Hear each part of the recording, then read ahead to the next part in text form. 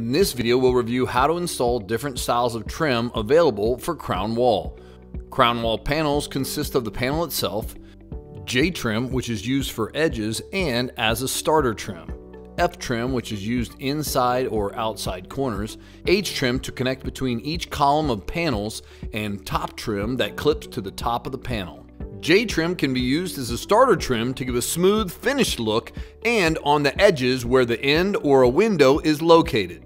When starting the J-trim on the bottom, start by screwing the J-trim at the lowest point you want it to sit. The longer side of the J-trim should be flush to the wall. Be sure that each trim is level. Screw the J-trim to each stud along its path. Do this for each stud except for the start and ending studs. When installing H-trim, F-trim, or J-trim vertically, the longer side of the J-trim and H-trim should be flush on the wall. Secure the trim with screws at the top and bottom, making sure it's level. You'll then slide your panels into place, screwing through the starter line on the panel and the J-trim into the stud on the wall. H-trim is used to connect two walls of panels. First, mount the H-trim to the wall, then slide panels into place on either side of the H-trim. F-trim is used to connect walls of panels that meet at a corner.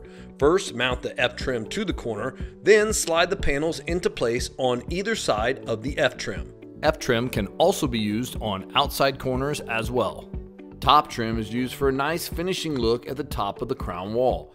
Install top trim by simply pressing down and clicking the trim into the top of your final panel. CrownWall panels make it easy to store and organize almost anything in your garage. Garage Royalty creates stunning garage products tailored to your exact needs.